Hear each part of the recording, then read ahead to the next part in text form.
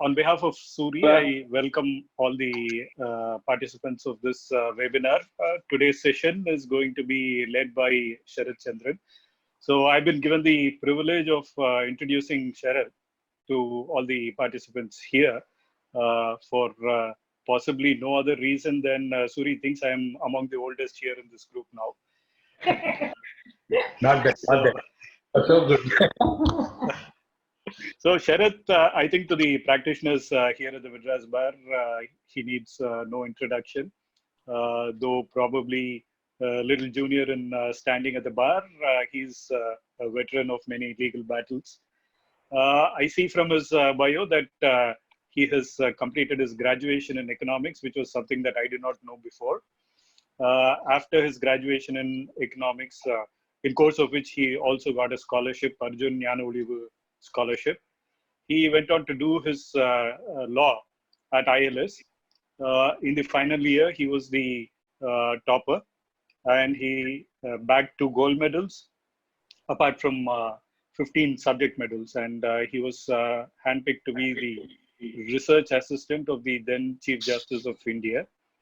Sharath has gone ahead and done his master's in Oxford, and there again he was outstanding and got the Corpus Christi Prize. I dare say if there were gold medals to be given at the Madras High Court, he would have bagged a couple here as well. So yeah, I've had the occasion of interacting with him at the corridors. We've not had too many legal battles against one another. Probably I'm better off there. So I always found him to be well prepared, and no doubt for this lecture as well. He is more than well prepared to enlighten all of us. As Justice Subramaniam said yesterday, in teaching we learn as well. So let all of us gain from what Sharath has to say today. So Sharath, the field is open. It's for you to take over. Thank you, Bara. I hope I'm audible, and it's fine, right? The audio is fine, right? Yes. He is not audible. Volume. You can raise your voice. Yeah, I'm just trying to do that. It's fine now? It's okay? Sure. Okay. So, thank you, Bala. Good morning to all of you present virtually.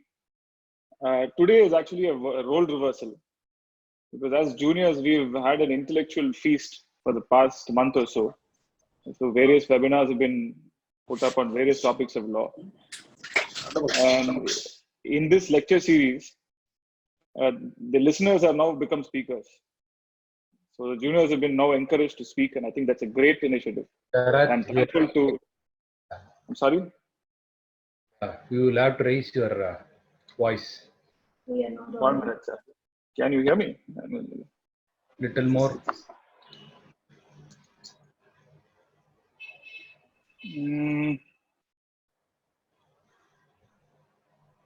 One second. Okay. Right. It's fine now? Go ahead. Go ahead. Yeah. So I'm thankful to Surya sir and my good friend Bala and other organizers for giving me this opportunity.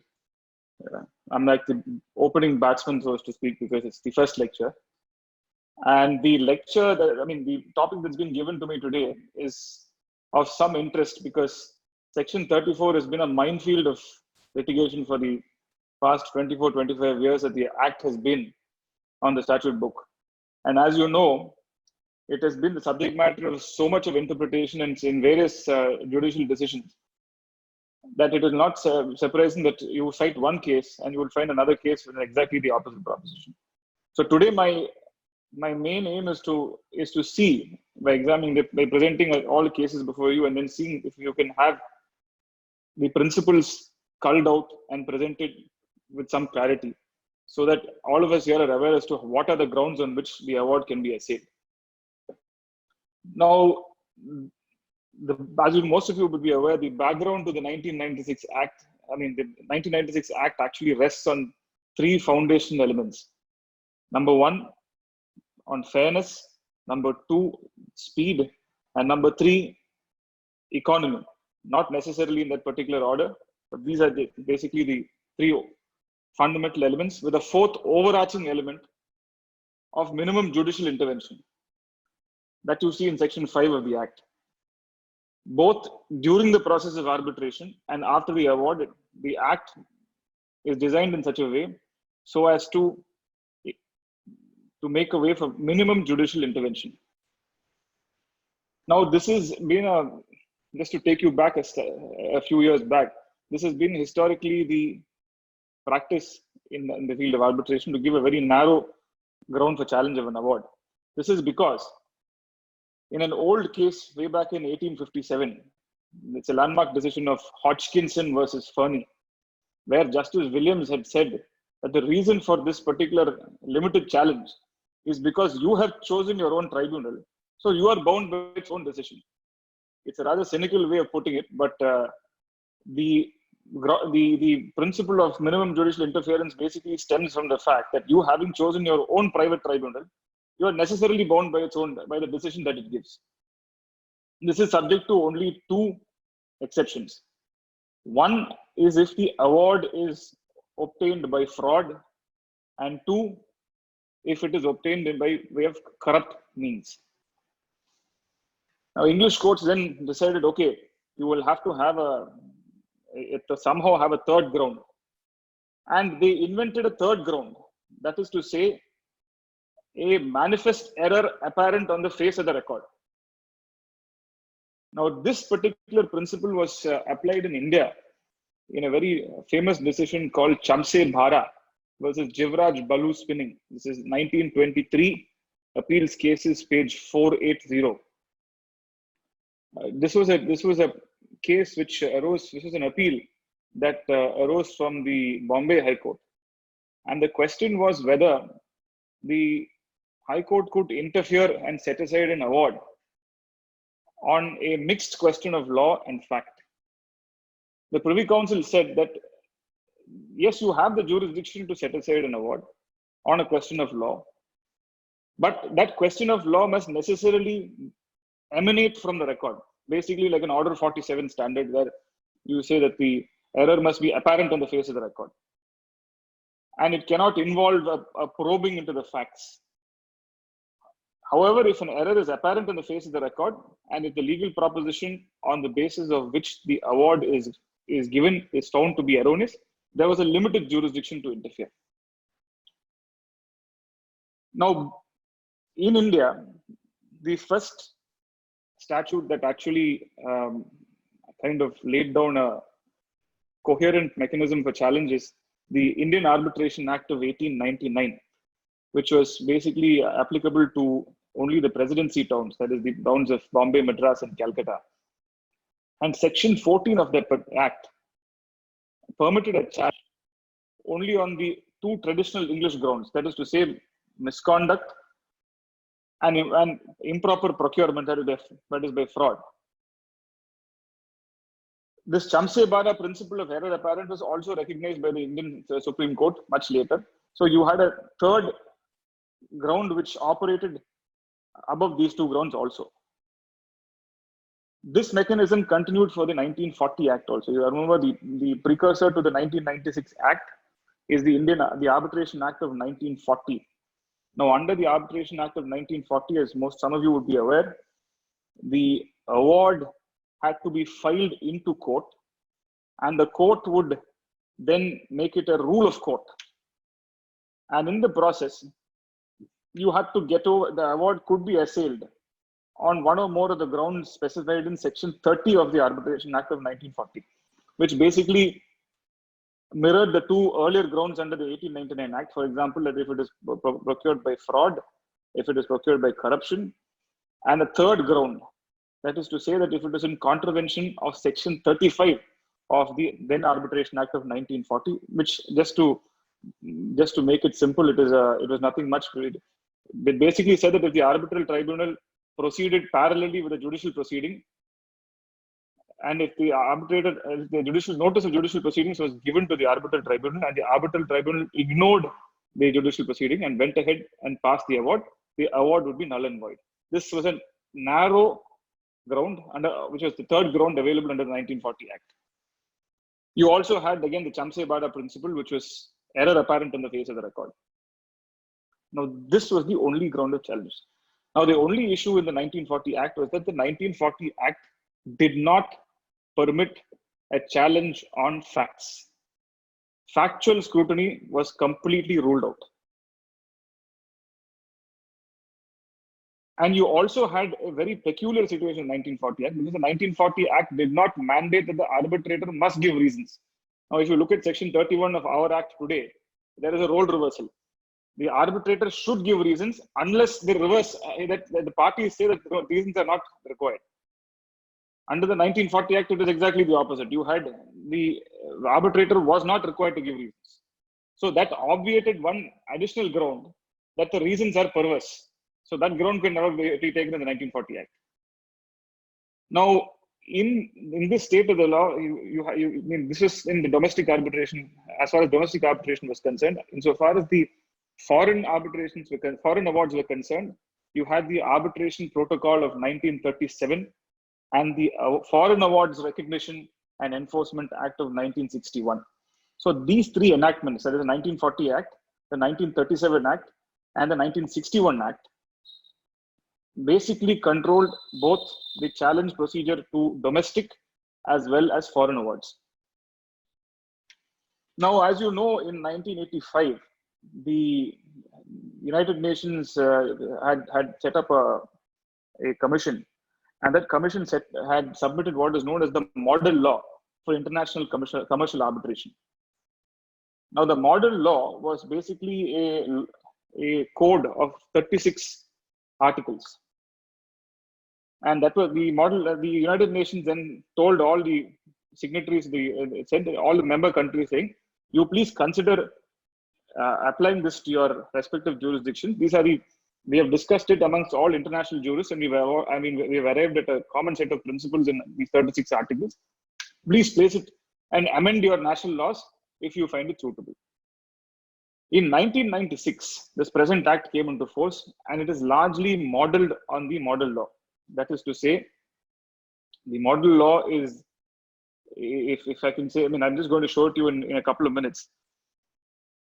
The Indian parliamentarians have simply imported the model law into the Indian law, forgetting one important aspect. The model law was for international commercial arbitration. However, it was made applicable to domestic awards also. So it became a square peg in a round hole situation, where you had challenge procedures for international arbitrations being applied to domestic awards. Now, please look at the incongruous situation. The Englishmen, the UK, in the United Kingdom, they were much more smarter. What they did was, they realized, if you take this procedure from the model law and apply it to our country, there is going to be chaos. So we will provide a limited relief under Section 68 and 69 of the Arbitration Act of 1996 in the United Kingdom, providing for challenge on questions of law and for factual issues. Factual issues that necessarily could only be challenged with the leave of the court, which 90% will not be granted unless you make out a very great case. But nevertheless, a factual scrutiny was possible. Understanding that domestic awards should be tested differently from international awards, these people made a different provision. What India did not do is it simply copied the Article 34 of the model law and implemented it here. Now I'm going to just show you the particular chart, which will show you. Can most of you see it now? Sir, is the chart visible? Yes. Yeah. So now, if you see the chart, the model law had, now this is the model law of 1985. It had 1, 2, 3, 4 subsections and 2 other grounds, 6 grounds.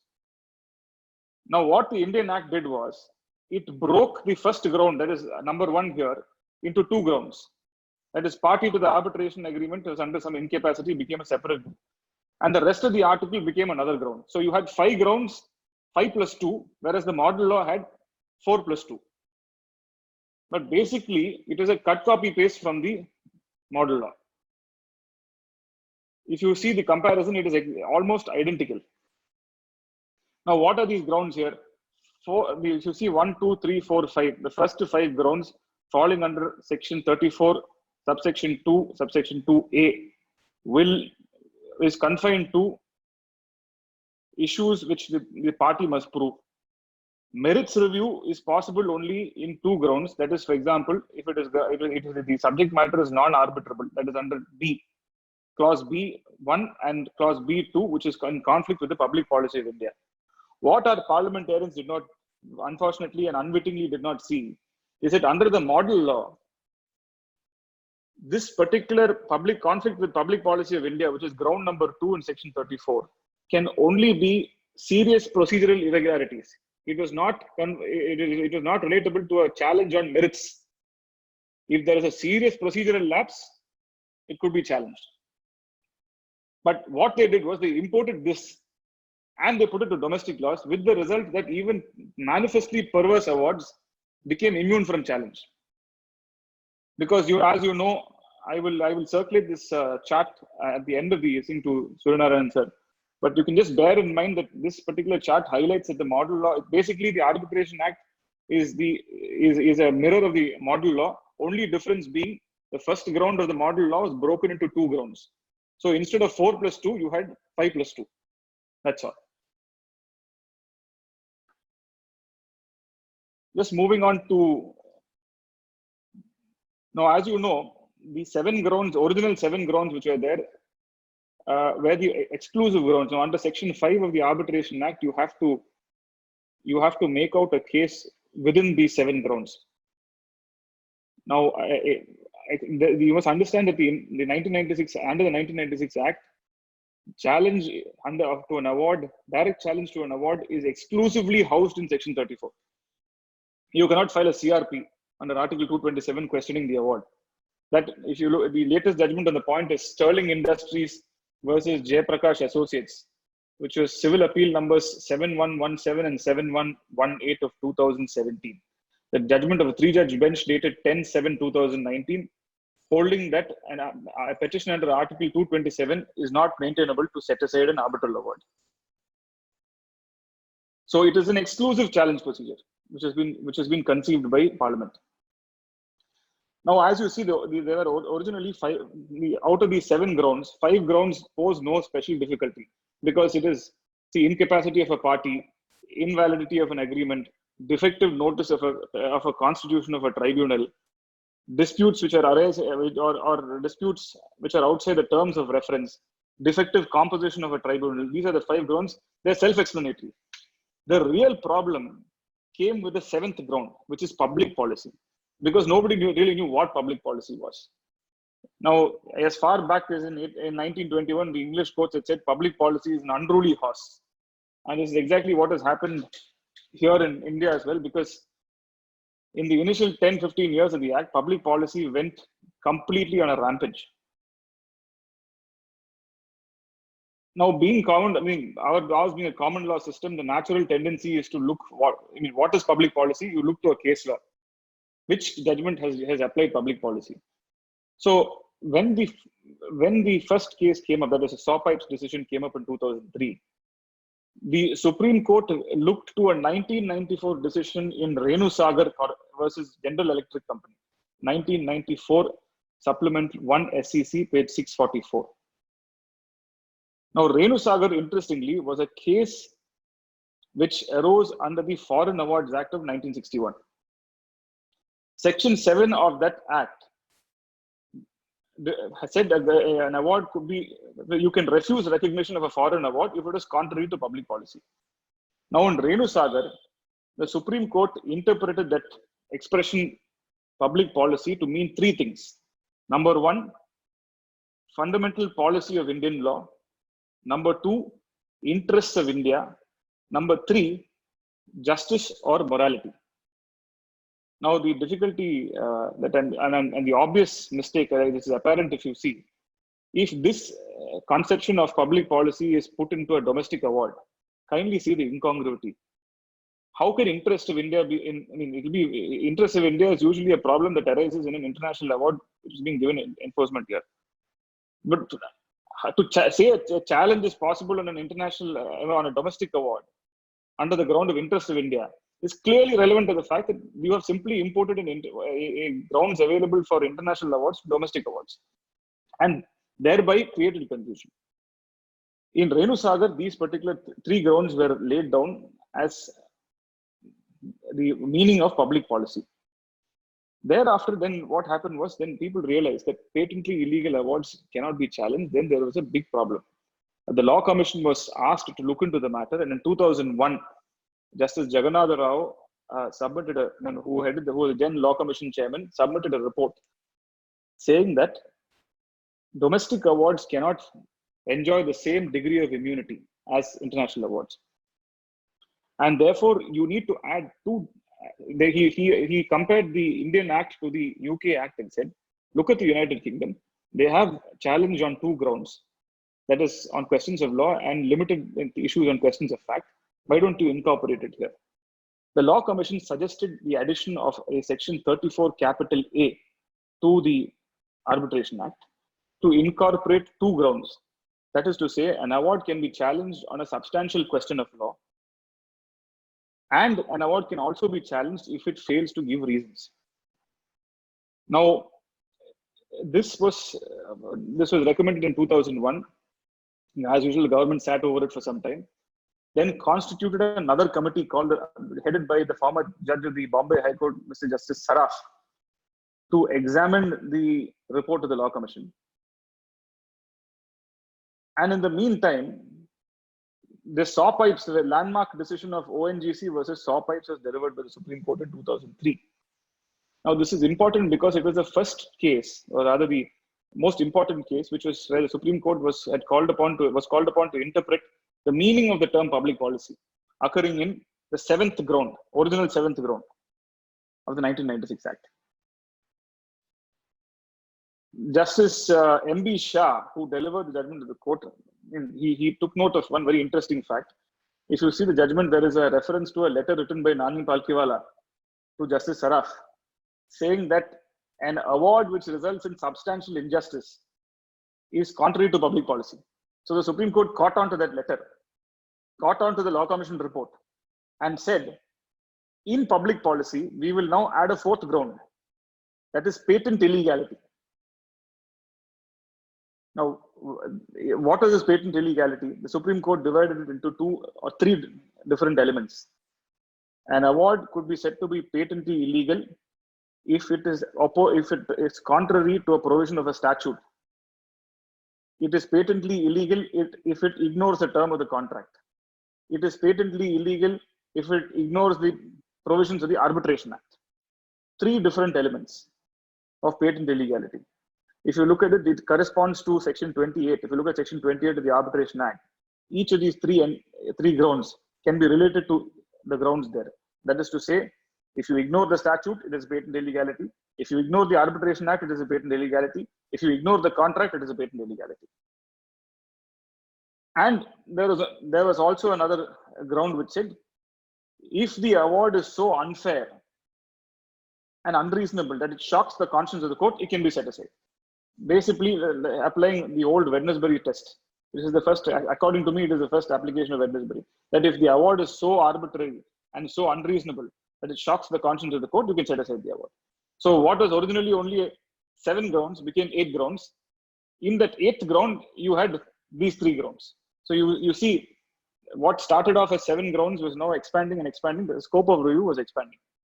So patent illegality, which is originally, as I said, was not there, was read into public policy by the ONGC decision.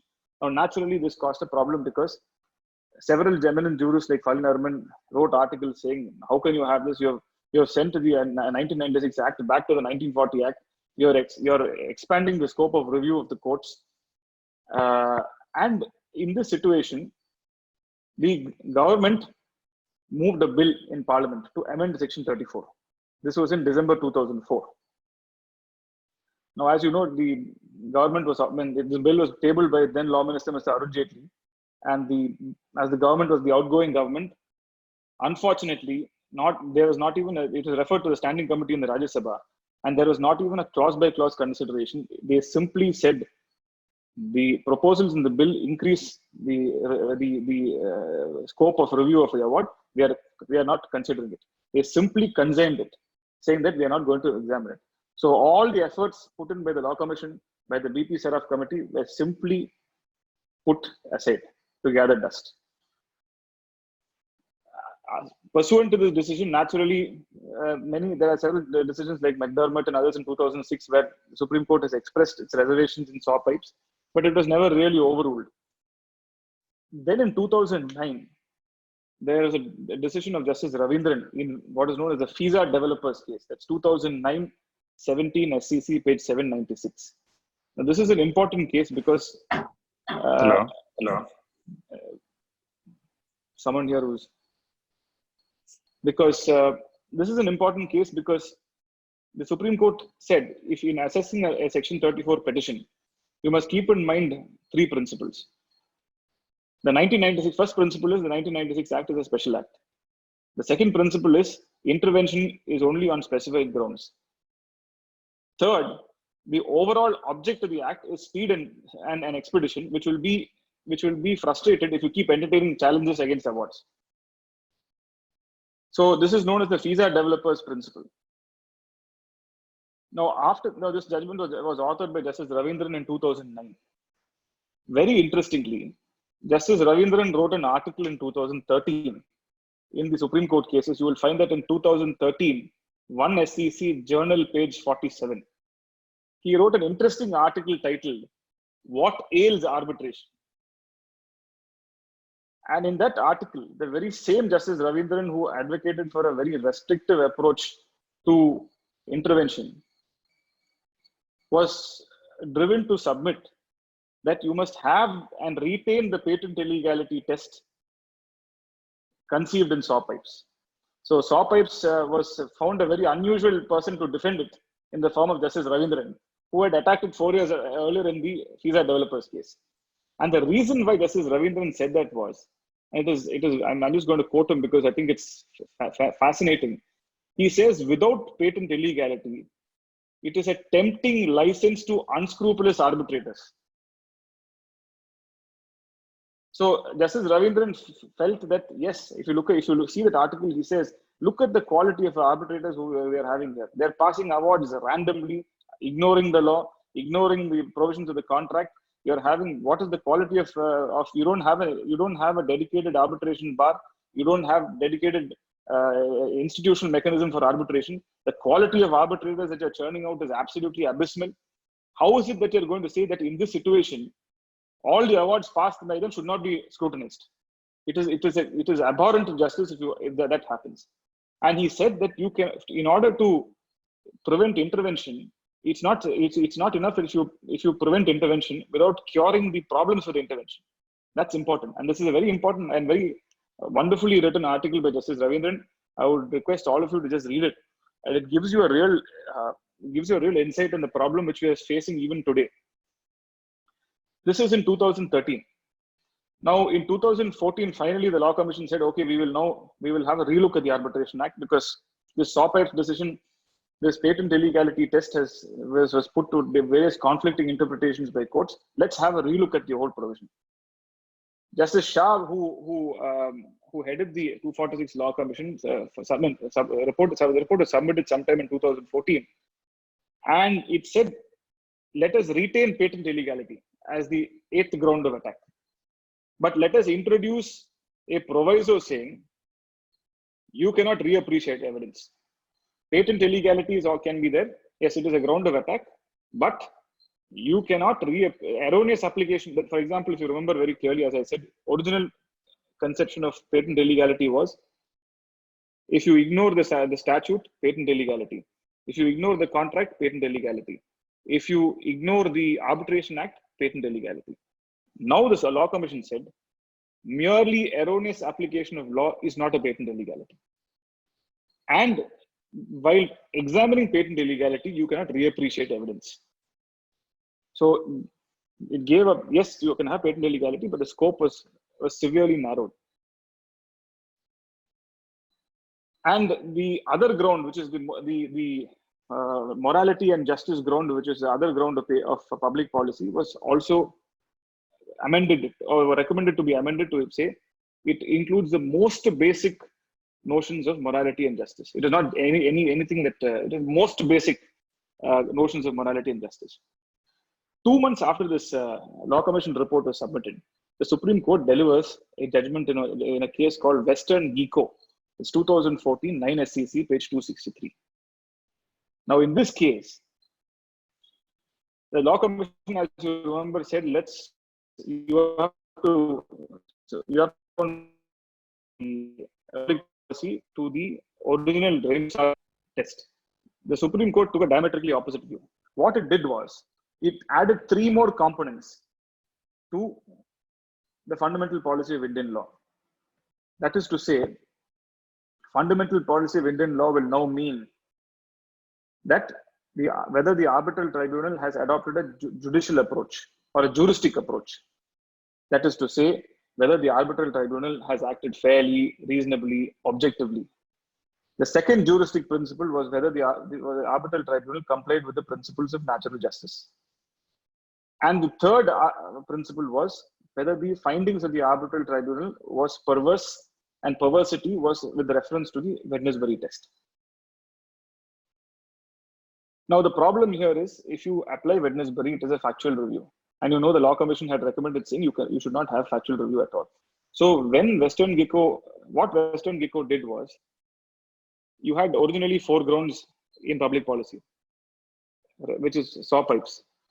Now, Western GECO opened up the first ground and added 3 more grounds. So you had first ground, 3 sub-grounds, 2, 3, and 4. So effectively 7 grounds. This was a disaster. And this particular decision was, if you look at, there's another decision which followed it, which is a decision of Justice Nariman and Associate Builders versus Delhi Development Authority, which is 2015, 3 SCC, page 49. And I'm going to just summarize that by just sharing this file with you, because it lays down in Associate Builders versus DDA, Justice Nariman said, fundamental policy of Indian law means the following. Number 1, violation of a substantive law. For example, if the award has ignored the provisions of the FERA Act. Number 2, disregarding orders of superior courts in India. And number 3, ignoring the binding effect of superior courts. To these 3, you add the Western GECO requirements: juristic approach, natural justice, unreasonableness. So you had 6 grounds in fundamental policy alone. Now, the problem here is, friends, that in Associate Builders, Justice Nariman had once again expanded the scope of review, because in describing what is unreasonable and perverse in the Wednesbury sense, Justice Nariman said, an award can be set aside as perverse in the Wednesbury sense if it is based on a finding which is based on no evidence, if the tribunal takes into account irrelevant considerations and ignores evidence. Now, let me put it to you very plainly. All these 3 grounds can be done only if you look at the evidence. If you have a ground which says you cannot look at the evidence and you cannot reappreciate the evidence, it is impossible for the judge to actually apply the Wednesbury standard. To this, Justice Nariman added 2 caveats. He said, okay, now this is the concept of fundamental policy of Indian law. However, I'm putting in 2 qualifications. If the view taken by the arbitrator is a reasonable view, then I will not interfere. Number 1. Number 2, on a question of fact, whether the factual finding is to say that the quality and quantity of evidence is for the arbitrator to decide. I will not interfere. If there is no evidence, I will interfere. But if the evidence does not measure up to a particular standard, I will not interfere. So he added these 2 qualifications to the perversity standard.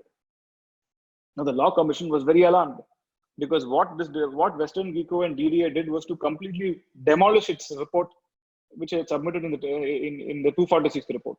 So quickly the Law Commission assembled together and wrote a supplementary report saying, look here, after we submitted our report in 2014, two Supreme Court decisions have interpreted the term public policy very, very expansively, which has the effect of completely destroying the purpose of the Arbitration Act. So the Law Commission said, you add an explanation to section 2 to public policy, saying public policy shall not entail a review of the merits of the dispute. This was done specifically so as to take out the merits review, which was done by Western Geco and DDA. Now, as you all know, the Arbitration Act was amended in 2015. I hope you have the bare acts with you, because if you look at the 2015 amendments in section 34, you will note that two major things have been done. Explanation 1 has been inserted to public policy. So now public policy means that if it is induced by fraud and corruption, which is as understood in the earlier acts, and if it is in violation of section 75 or 81. Then if it is in contravention of the fundamental policy of Indian law, as explained in DDA, and if it is in conflict with the most basic notions of morality and justice. These were the only principles under which the public policy exception could be taken. After this, more recently, there is a decision of the Supreme Court in SsangYong Engineering versus NHAI. This is 2019 15 SEC, page 131. Now, this is the most recent decision of the Supreme Court on the point, and it contains an examination of all the previous decisions and all the previous Law Commission reports, etc. Now, I'm going to the problem with SsangYong is, I'm going to just open this and demonstrate to you the main issue in SsangYong, before I just show the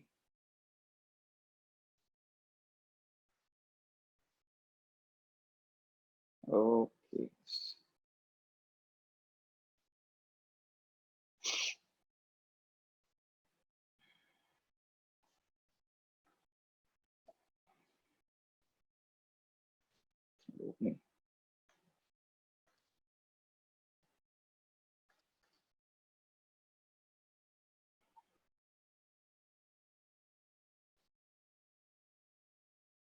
Strangely, is not to be seen. Suri sir, can I just send you the? Yes. You can continue with the thing. No, what I'm doing is I'm just opening it. I'm sharing the screen, so it's easier for everyone to see it. Okay. Can you see the screen now? Can you just see this? Yeah. Can you just see it? It is there. It is there. Yeah.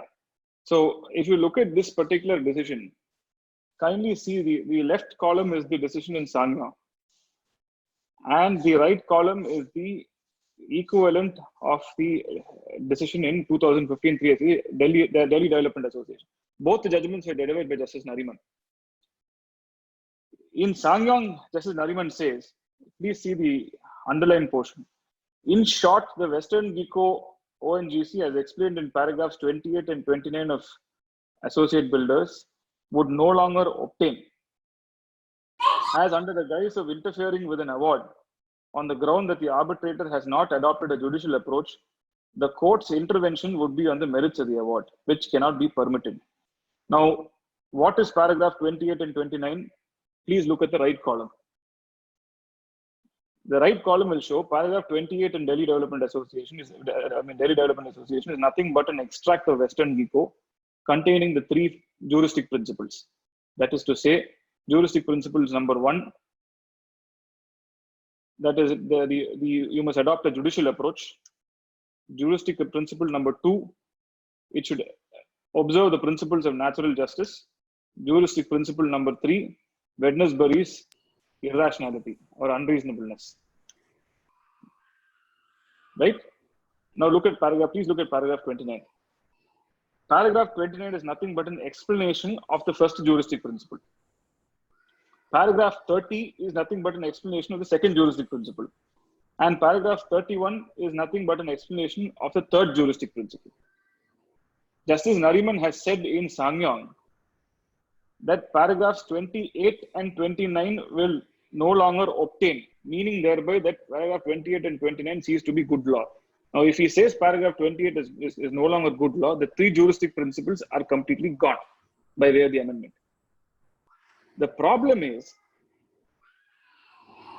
as you've seen in the 2015 amendment, what the legislature did was it took patent illegality out of public policy and it put it in a separate head under section 2A. If you look at the act right now, you will see that patent illegality is no longer under public policy. It has been sent into a separate head into section 2A. Interpreting this, Justice Nariman makes a very interesting observation, and kindly see this. Please see para 41.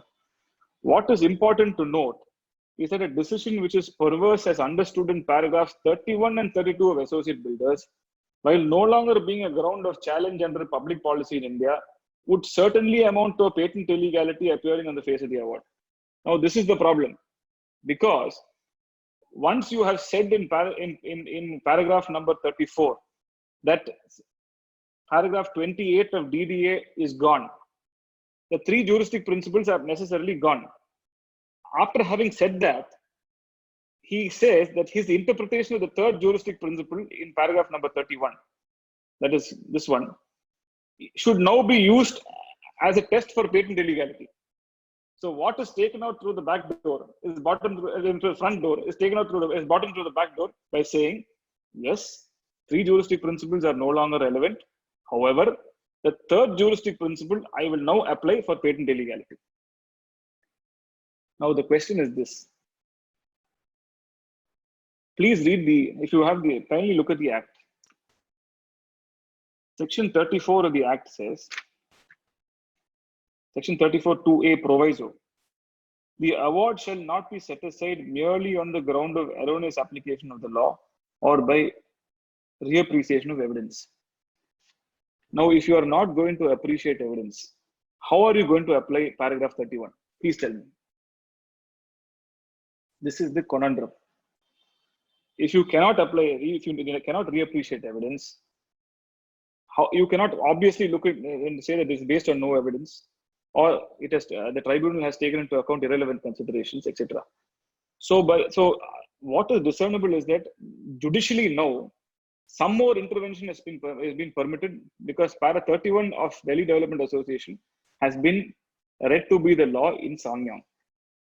So 50% of the Law Commission's report is once again demolished.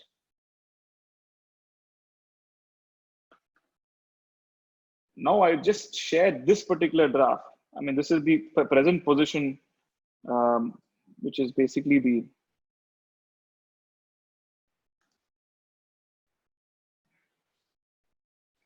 one second.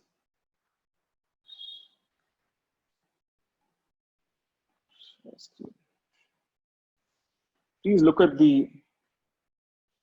so this is the present position of law. I hope all of you can see it. There are eight grounds. First 5, they pose no special difficulty. The last 3 is non-arbitral disputes, conflict with public policy, and patent illegality. I'll come to in a bit. But now this is the law as it stands today. Now, what are the 8 pigeonholes, to borrow Justice Sundar's expression? The 8 pigeonholes. First pigeonhole is party incapacity. Now, what is party incapacity?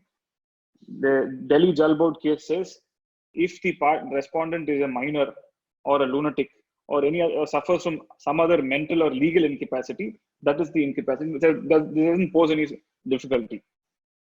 Neither does the second ground, which is invalidity of an arbitration or an arbitral reference. But in these cases, what the courts do is that they apply what is known as a severability thesis. If the invalid part can be separated from the valid part, the invalid part alone will be set aside. So that 34 2A must be read in that particular manner. The third ground is where defective notices. Now, this is this Mulchand Jain is an interesting decision which you can look up, where the Madras Division Bench said Section 21 notice, as you know, the arbitral proceeding is deemed to commence from the date of receipt of the Section 21 notice for the purposes of reckoning limitation also. In fact, the courts have taken the view, and rightly, that one of the main purposes of Section 21 is to test limitation.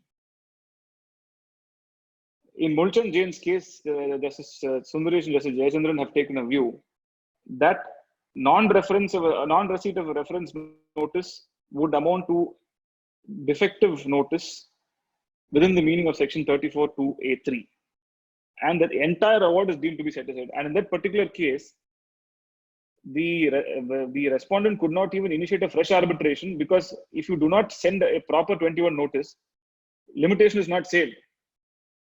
So in that particular case, the award was set aside, and the question, it is also held that the fresh arbitration is barred because it is barred under the provisions of the Limitation Act. So that's Mulchand Jain's case. The fourth ground is, of course, it doesn't pose any special difficulty. The dispute or the issues were outside the terms of the reference. Once again, in cases like this, the High Court and the Supreme Court apply the severability thesis.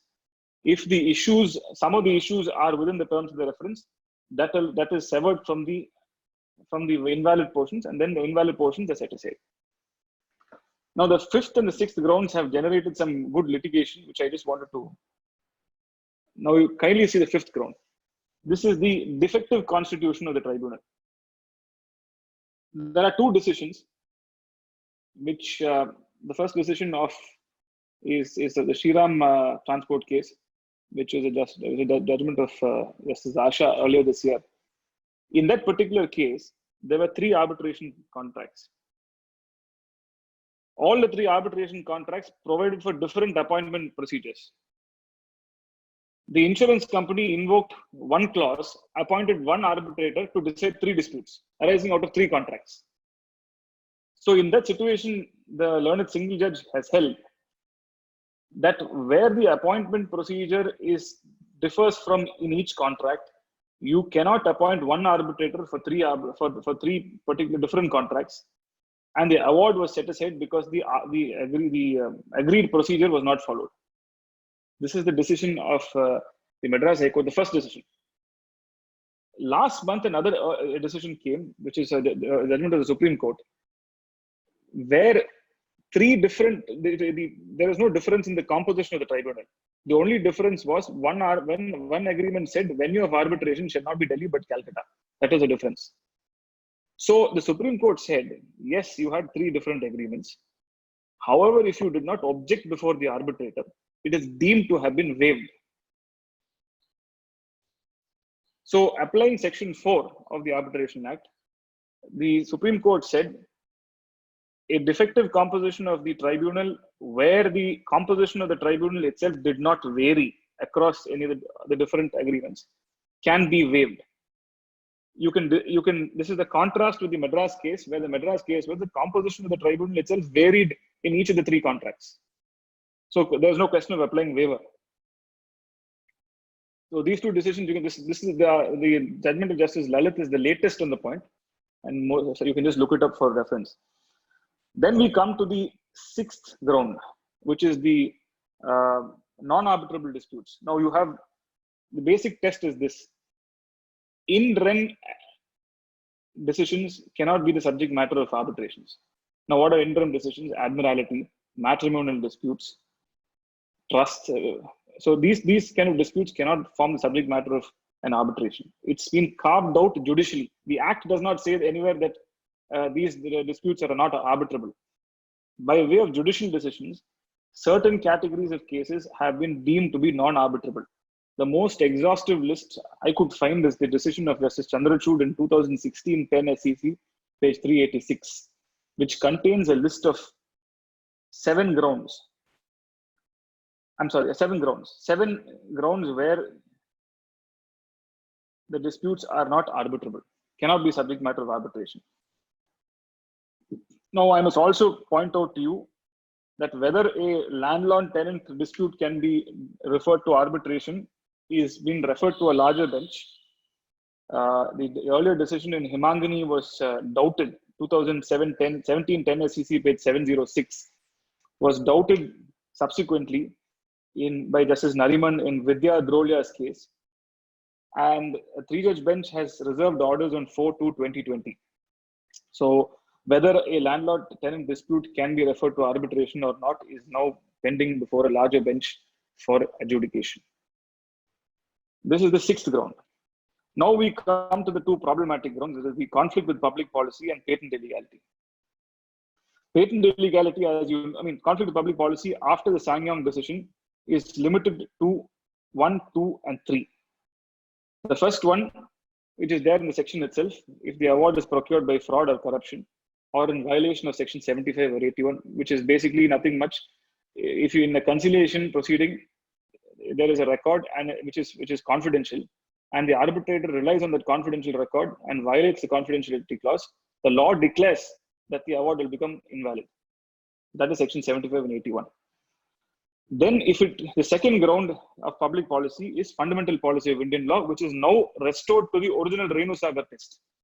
That is, it is violation of substantive law, disregarding superior court's orders, ignoring the binding effect of a superior court. So what happens now after SsangYong, the three juristic principles, everything has been taken off, dismantled. These three grounds will now have to be read with the caveat that in examining this violation, you cannot review the merits of the dispute. The third ground head of public policy now is if the decision is contrary to the most basic notions of morality and justice. Let me give you two examples by borrowing Justice Nariman's examples from DDA. For example, an award can be contrary to justice if, for example, the claimant makes a claim for 30 lakhs and the arbitrator awards 45 lakhs. It will shock the conscience of the court. An award can be against the notions of public morality. For example, if it is filed for specific performance of a contract of prostitution. This is yet another example that he gives. So depending upon the nature of the contract, one of these grounds can be attracted. But this is today the formulation of public policy. The fourth ground earlier, patent illegality, has now become a separate eighth ground under section 34(2)(a). But it is to be read with the following caveats. That is to say, illegality must appear on the face of the award. A mere erroneous application of law will not be a patent illegality. However, failure to give reasons under section 31 is an patent illegality. Insofar as the construction of the contract is concerned, once again, the court is required to apply a Wednesbury test and say, if the construction of the contract is so unreasonable that no reasonable man can come to such a conclusion, it's a very high threshold, then once again, you can invoke the patent illegality test. Or if the arbitrator, the last one, E, if the arbitrator wanders outside the contract and decides matters not allotted to him. According to me, this ground is in fact covered under the earlier ground in the fourth ground, disputes or issues terming outside the terms of the reference. So Justice Nariman has now carved it as a separate ground and put it as the E ground. But in doing all this, it is important to bear in mind that the reappreciation of evidence is not permissible. This brings me, and I'm just going to sum up with this, that in doing this, paragraph, if you look at one, I've already shown you paragraphs 34 and 41 of SsangYong. They restore the three-pronged test in DDA. Now, if you're going to test for patent illegality, to see if the tribunal has taken into account irrelevant considerations or has ignored evidence, how are you going to do it applying the proviso which says you cannot reappreciate evidence? So the whole problem is that the legislature and the courts, the courts are interpreting for rightly or wrongly in order to provide for more scrutiny of awards. Perhaps, as Justice Ravindran said, because those sitting in section 34, the honorable judges who sit in section 34 and persons who are arguing it, we are aware sometimes the awards which are given are complete shockers. can you ring fence them and say, okay, it's a limited interpretation, limited intervention, we cannot interfere. Sometimes when the approach of the courts now it appears to be is that as much as possible widen. But the issue is if you are going to literally apply it, it is impossible. Because unless you appreciate evidence, there's no way in which you're going to say that the finding is right or wrong or perverse. This is the issue, and this perhaps will require some more, maybe a SsangYong round 2. But it appears that for all practical purposes, the definitive conclusion is not come in as yet. There is still room for some more argument on this particular point of manifest perversity. Just a few other things. I've almost taken up all my time, but I'm just going to just touch on some of the ancillary aspects of Section 34. If you look at Section 34's the beginning section, that is the Section 34(2)(a). The old unamended Section 34(2)(a) said that a party making the application must furnish proof. If you have the Bare Act, kindly see it. The original section said a party making the application must furnish proof. Now, this led to a particular dispute where different high courts took different views, saying if furnishing proof means I can lead evidence, I'll be permitted to cross-examine witnesses. Now, the whole purpose was certain high courts allowed these applications, with the result that arbitration Section 34 petitions, which should be disposed within 1 year under Section 34(6), used to take years on end. So, Justice Sri Krishna's committee was constituted in 2017, and it came out with a report which said, now look, it uses the word proved, but let us have an expression which says from the record. It is so the defect which you are assailing must be discernible from the record. So if you look at the amended provision now, the amended provision says party making the application establishes from the record of the arbitral tribunal. So it is the earlier words saying that furnishes proof has been removed. Now this is important because two decisions which you can note. One is the NK Global Finance Services Limited, which is 2018 9 SCC page 49. This decision was rendered prior to the amendment. In that decision, Justice Nariman said the law should be ordinarily from the record, you should be able to establish the ground. If you're not able to do that, establish it by way of an affidavit. And in extraordinary circumstances, permit cross-examination. No trial, you cannot have a lingering trial that has the effect of completely derailing the time schedule for adjudication of this case. What is important is this decision, the NK Global was prior to the amendment. Post the amendment, which came into force on 9th of August 2019, on 23rd of September 2019, the Supreme Court delivered another decision in Canara Nabi versus Shashikala, which is 2019 9 SCC page 462. In this decision, the Supreme Court said the law laid down by Justice Nariman is the correct view, even post the amendment. So even though the amendment does not specifically say that you can file an affidavit, it only says party making the application establishes from the record of the tribunal. In view of the decision in MK Global, you can now assail an arbitration award by saying, okay, establish it from the record, number one. If you're not able to establish it from the record, establish it by way of affidavit. Extraordinary circumstances, cross-examination. That's all. So that's the law now on 2019 9 SCC page 462. Now, a couple of other quick aspects which I just want to touch upon before I close is as you know, special period of limitation is 90 plus 30 days. There is no, the Limitation Act does not apply to extend periods of limitation. If you do not file it within 120 days, you're out. And the latest decision in NV International versus State of Assam, that's 2022 SCC page 109, has made it clear that the same period of limitation will apply to an OSA also, which is basically to say that if you file an appeal against the dismissal of the award, dismissal of the Section 34 petition, or allowing of Section 34 petition, 120 days principle would apply. 2022 SEC, page 109. Now, the other most important aspect is, which has now been clarified, is that earlier when you filed in a petition to petition under section 34, enforcement of the award was automatically stayed. This position was amended in 2015 by way of an amendment to section 36, saying that there is no automatic stay, but the court, while granting stay, must take into consideration the principles for stay of a money decree under the CPC.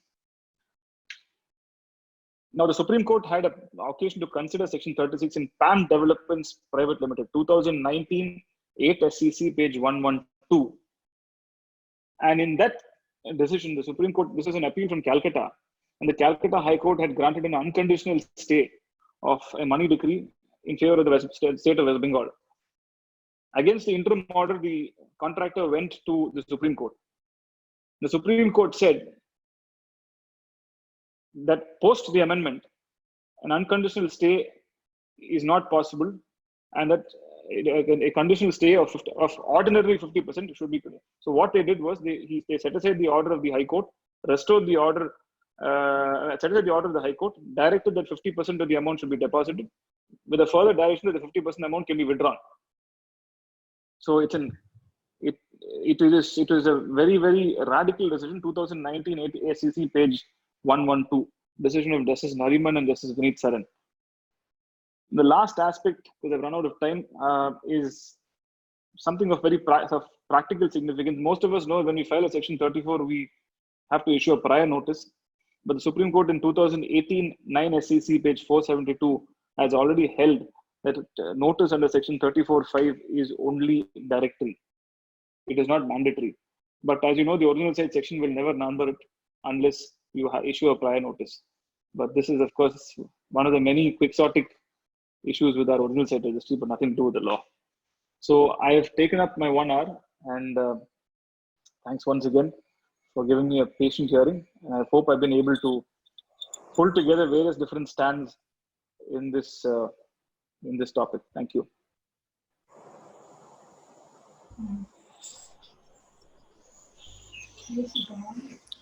Thank you, Sharad. It was wonderful. And PVB, please. Yeah, Suri, thank you. Sharad, thanks. As always, well prepared. All of us, again, we made copious notes. Of course, you've promised to share the